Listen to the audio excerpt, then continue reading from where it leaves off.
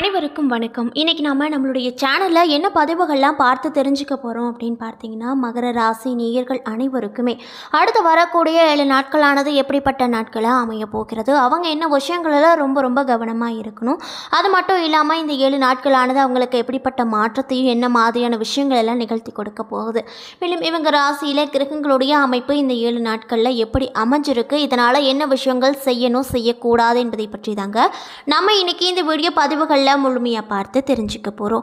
இந்த பதிவுகள் அனைத்துமே உங்களுக்கு பயன் கொடுக்கக்கூடிய வகையில் தான் இருக்கும். ஸோ வீடியோவை ஸ்கிப் பண்ணாமல் தொடர்ச்சியாக பாருங்கள். அது மட்டும் இல்லாமல் உங்களுக்கு பழனிகள் குறை கொண்டு இருக்கக்கூடிய அந்த முருகப்பெருமானை ரொம்ப பிடிக்கும் அப்படின்னா அந்த வீடியோக்கு ஒரு லைக் பண்ணிவிட்டு உங்களுடைய ஆள் மனதில் ஒரு விஷயத்தை வேண்டுதலாக நினைத்து கொண்டு நம்மளுடைய கமெண்ட் பாக்ஸில் பழனி ஆண்டவனுக்கு அரோகரா அப்படின்னு சொல்லிட்டு மறக்காமல் 3 முறை பதிவு பண்ணுங்கள். நீங்கள் இந்த தருணத்தில் அந்த முருகப்பெருமானை நினைத்து இப்படி ஒரு விஷயம் செய்யும்போது கண்டிப்பாக நீங்கள் உங்களுடைய ஆழ்மனதில் என்ன விஷயங்களெல்லாம் வேண்டுதலாக நினைக்கிறீங்களோ அந்த விஷயங்கள் அனைத்துமே அந்த முருகப்பெருமான் நிச்சயமாக நடத்தி வைப்பார். ஸோ நம்பிக்கையோடு அந்த ஒரு விஷயத்தை செஞ்சு பாருங்கள். அதுக்கு முன்னாடி நீங்கள் இப்போ தான் நம்மளுடைய சேனலை ஃபர்ஸ்ட் டைம் பார்க்குற மாதிரி இருந்தால் மறக்காமல் சப்ஸ்கிரைப் பண்ணிவிட்டு கீழே இருக்கும் பெல் ஐக்கானையும் மறக்காமல் கிளிக் பண்ணுங்கள். அப்போ தான் நம்ம சேனலில் போடுற ஒவ்வொரு வீடியோவுமே உங்களுக்கு நோட்டிஃபிகேஷன் மூலியமாக உடனுக்குடனே வந்து சேரும். ஸோ இப்போ வாங்க நம்ம வீடியோக்குள்ளே போகலாம்.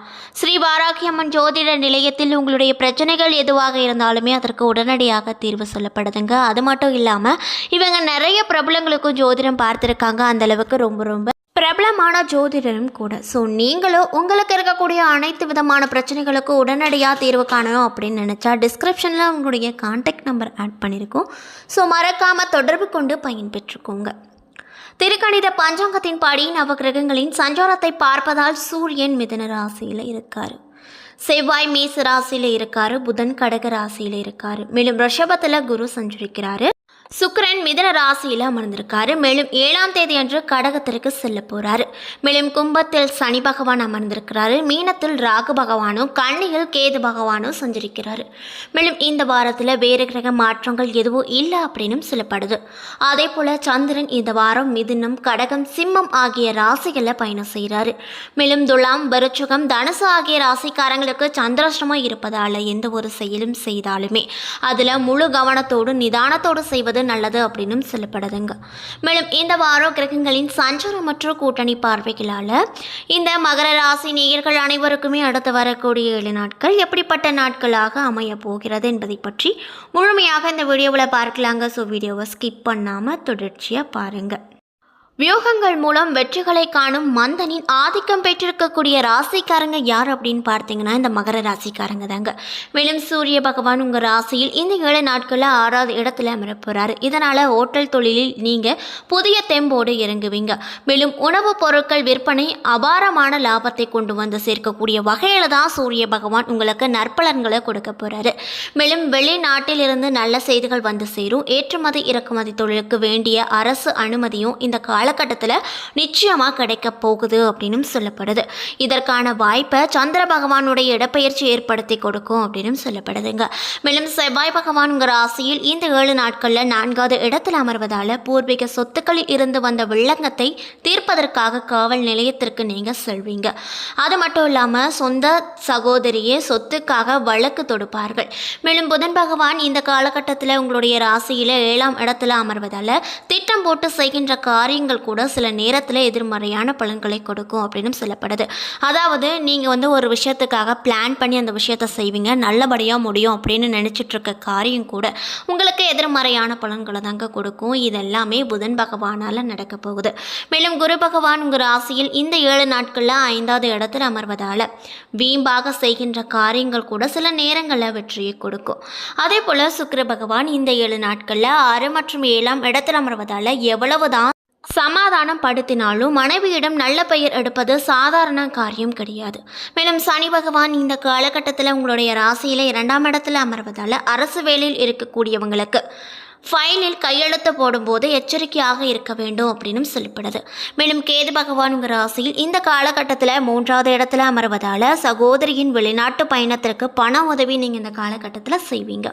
மேலும் கேது பகவான் உங்கள் ராசியில் 9வது இடத்துல அமர்வதால் நீங்கள் கேட்ட பண உதவி தடை இல்லாமல் கிடைத்து சந்தோஷத்தை ஏற்படுத்தக்கூடிய வகையில் தான் உங்களுக்கு கேது பகவான் உங்களுடைய ராசியில் 9வது இடத்துல அமர்ந்து கொண்டு நிறைய விதமான மாற்றத்தையும் சந்தோஷத்தையும் குறிப்பாக பண விஷயத்தில் உங்களுக்கு நிறைய விதமான விஷயங்களை உதவி கொடுப்பாரு, உதவி பண்ணுவார் அப்படின்னு சொல்லப்படுதுங்க.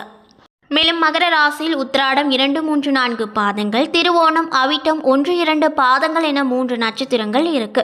கிரகநிலையை பொறுத்த வரையில் தனவாக்கு குடும்பஸ்தானத்தில் சனி, தைரிய வீரிய ஸ்தானத்தில் ராகு, சுகஸ்தானத்தில் செவ்வாய், பஞ்சமஸ்தானத்தில் குரு, சந்திரன், ரணருண ரோகஸ்தானத்தில் சூரியன், சுக்கிரன், களத்திரஸ்தானத்தில் புதன், பாக்கியஸ்தானத்தில் கேது என கிரகநிலைகள் அமைஞ்சிருக்கு. மேலும் கிரக மாற்றங்களானது 7/7/2024 அன்று சுக்கிர பகவான் ரணருண ரோகஸ்தானத்தில் இருந்து களத்திர ஸ்தானத்திற்கு மாறியிருக்காரு. இதனால் உங்களுக்கு இந்த 7 நாட்கள் எப்படி இருக்கும் அப்படின்னு பார்த்தீங்கன்னா, உங்களுடைய மன உறுதி இந்த காலகட்டத்தில் அதிக அளவில் இருக்கும். எதையும் கண்டு அஞ்சாமல் நீங்கள் பணியாற்றுவீங்க. அதாவது எதுக்குமே நீங்கள் இந்த காலகட்டத்தில் பயந்துக்கவே மாட்டீங்க. எந்த விஷயமா இருந்தாலும் துணிந்து அந்த விஷயத்தை வெற்றிகரமாக நீங்கள் இந்த காலகட்டத்தில் முடிப்பீங்க அப்படின்னு சொல்கிறாங்க. வாக்குவன்மையால் காரியம் அனைத்திலுமே அனுகூலம் பிறக்கும். பண தேவை ஏற்படும். அந்த தேவை கூட உங்களுக்கு தக்க சமயத்தில் தானாகவே கிடைக்கும். தேவையான நேரத்தில் மற்றவர்களின் உதவியும் உங்களுக்கு இந்த காலகட்டத்தில் அதிக அளவில் கிடைக்கும் போகுது. புதிய சொத்து வாங்குவதில் கவனம் நீங்கள் ரொம்ப செலுத்த வேண்டுங்க. தொழில் வியாபாரம் முன்னேற்றம் அடைய தேவையான உதவிகளும் கண்டிப்பாக இந்த காலகட்டத்தில் உங்களுக்கு கிடைக்கும். திறமையான பேச்சின் மூலமாக வாடிக்கையாளர்களை தக்க வைத்து கொள்ள உங்களால் முடியும் அப்படின்னு சொல்லப்படுது. மேலும் உத்தியோகத்தில் இருக்கக்கூடியவங்களுக்கு இந்த 7 நாட்களில் மேலதிகாரிகள் சொல்வதை செய்வதன் மூலமாக நிறைய விதமான நற்பலன்களும் சலுகைகளும் உங்களுக்கு நிச்சயமாக கிடைக்கும். இது ரொம்பவே ஒரு நல்ல விதமான காலகட்டமாக வேலை செஞ்சு கொண்டு இருக்கக்கூடியவர்களுக்கு அமைய போகுது அப்படின்னு சொல்லப்படுதுங்க. மேலும் குடும்பத்தில் அமைதி ஏற்படும். கணவன் மனைவி ஒருவருக்கொருவர் மனம் விட்டு பேசி எடுக்கக்கூடிய முடிவுகள் அனைத்துமே நல்ல திருப்தியை ஏற்படுத்தக்கூடியதாக இருக்க போகுது. மேலும் உங்களுடைய பிள்ளைகள் பற்றிய கவலைகள் அனைத்துமே விலக போகுது. பெண்களாக இருக்கக்கூடியவங்களுக்கு புதிதாக செய்யும் காரியங்களில் கவனம் ரொம்ப தேவைங்க. கலைத்துறையில் இருக்கக்கூடியவங்களுக்கு புதிய புதிய வாய்ப்புகள் பெருமளவில் இந்த காலகட்டத்தில் தானாகவே தேடி வரப்போகுது. இதில் எந்த ஒரு சந்தேகமே கிடையாது. இதற்கு முன்னாடி நீங்கள் நிறைய விஷயத்திற்கு முயற்சி செய்திருப்பீங்க. அது முக்கியமாக கலைத்துறையில் இருப்பவங்களுக்கு நிறைய விஷயங்களை நீங்கள் தானாகவே போய் முயற்சி செஞ்சுருப்பீங்க. ஆனால் நீங்கள் உங்கள் முயற்சிக்கு ஏற்றாற் போல் எந்த ஒரு பலனுமே அந்த காலகட்டத்தில் கிடைச்சிருக்காது. ஆனால் இந்த 7 நாட்களில் கண்டிப்பாக நீங்கள் முயற்சியே செய்யலைன்னா கூட உங்களுக்கு தானாகவே நிறைய விதமான வாய்ப்புகள் தேடி வரப்போகுது. இதில் எந்த ஒரு சந்தேகமே கிடையாதுங்க. மேலும் உங்களுக்கு நிறைய விதமான நற்பலன்களும் இந்த காலகட்டத்தில் கிடைக்கும். அரசியல் துறையில் இருக்கக்கூடியவங்களுக்கு உங்கள் செல்வாக்கு நாளுக்கு நாள் பெருகி வரும். பொருளாதார வசதி நல்ல முறையில் மேம்படும். பொதுமக்களிடம் உங்களுக்கு பெரும் மதிப்பு இருந்து வரும். மேலும் மாணவர்களாக இருக்கக்கூடியவங்களுக்கு இந்த காலகட்டத்தில் உங்களுடைய ஆசிரியர் சொல்படி பாடங்களை படிப்பது கூடுதல் மதிப்பெண் பெற்று வெற்றிகரமாக அடைய உங்களுக்கு ஒரு உதவிகரமாக இருக்கக்கூடும் அப்படின்னு சொல்லப்படுதுங்க. ஸோ மறக்காமல் நான் சொன்ன இந்த விஷயங்கள் எல்லாத்தையுமே தொடர்ந்து நீங்கள் இந்த 7 நாளைக்கு பார்த்து கவனமாக இருந்தீங்க அப்படின்னா கண்டிப்பாக உங்களுக்கு என்ன விதமான பிரச்சனைகளும் வராது அப்படின்னு சொல்லப்படுதுங்க. மேலும் நீங்கள் என்ன விஷயங்களை இந்த காலகட்டத்தில் பரிகாரமாக செய்யணும் அப்படின்னு பார்த்தீங்கன்னா, சனி பகவானை வணங்கி வர உங்களுக்கு ஏதேனும் கஷ்டங்கள் இருந்தால் அந்த கஷ்டங்கள் படிப்படியாக குறையும். அது மட்டும் இல்லாமல் சனி பகவான் எடுத்துக்கிட்டோம் அப்படின்னா சனிக்கிழமை அன்று சனி பகவானை மனதார பிரார்த்தனை செய்து கொண்டு எல் தெய்வம் ஏற்றி வர, மேலும் காக்கைக்கு சாதமிட்டு வர கண்டிப்பாக உங்கள் பிரச்சனைகள் அனைத்திற்குமே நல்ல ஒரு சொல்யூஷன் கிடைக்கும். ஸோ மறைக்காமல் இந்த விஷயத்தெல்லாம் செய்து பாருங்கள். மேலும் வேலையில் இருக்கக்கூடிய பழு அனைத்துமே குறையக்கூடுங்க. என்ன நண்பர்களே, இந்த வீடியோ பதிவுகளில் நாம் மகர ராசி நேயர்கள் அனைவருக்குமே அடுத்து வரக்கூடிய 7 நாள் எப்படிப்பட்ட நாட்களாக அமைய போகிறது, கிரகங்களுடைய அமைப்பு எப்படி அமைஞ்சிருக்கு, மேலும் நீங்கள் இந்த 7 நாட்களில் என்ன விஷயங்கள்லாம் முக்கியமாக செய்யணும் செய்யக்கூடாது அப்படிங்கிறத பற்றியும் நம்ம இன்றைக்கி இந்த வீடியோ பதிவுகளில் முழுமையாக பார்த்து தெரிஞ்சிருப்போங்க. இந்த பதிவுகள் அனைத்துமே உங்களுக்கு பயன் கொடுக்கக்கூடிய வகையில் தான் அமைய பெற்றிருக்கோம். ஸோ வீடியோ பிடிச்சிருந்தால் லைக் பண்ணுங்கள், ஷேர் பண்ணுங்கள். அது மட்டும் இல்லாமல் உங்களுக்கு பழநீர் குடி கொண்டிருக்கக்கூடிய அந்த முருகப்பெருமானை ரொம்ப ரொம்ப பிடிக்கும் அப்படின்னா அந்த வீடியோக்கு ஒரு லைக் பண்ணிவிட்டு உங்களுடைய ஆழ்மனதில் ஒரு விஷயத்தை வேண்டுதலாக நினைத்து கொண்டு நம்மளுடைய கமெண்ட் பாக்ஸில் பழனி ஆண்டவனுக்கு அரோகரா அப்படின்னு சொல்லிட்டு மறக்காமல் 3 முறை பதிவு பண்ணுங்கள். நீங்கள் இந்த தருணத்தில் அந்த முருகப்பெருமானை நினைத்து இப்படி ஒரு விஷயம் செய்யும்போது கண்டிப்பாக நீங்கள் உங்களுடைய ஆழ்மனதில் என்ன விஷயங்களெல்லாம் வேண்டுதலாக நினைத்தீங்களோ அந்த விஷயங்கள் அனைத்துமே அந்த முருகப்பெருமான் வந்து கூடிய விரைவில் நடத்தி வைப்பார்.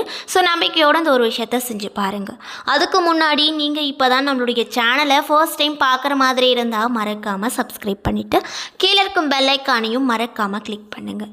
அப்போ தான் நம்ம சேனலில் போடுற ஒவ்வொரு வீடியோவுமே உங்களுக்கு வந்து நோட்டிஃபிகேஷன் மூலியமாக உடனுக்குடனே வந்து சேரும். நன்றி.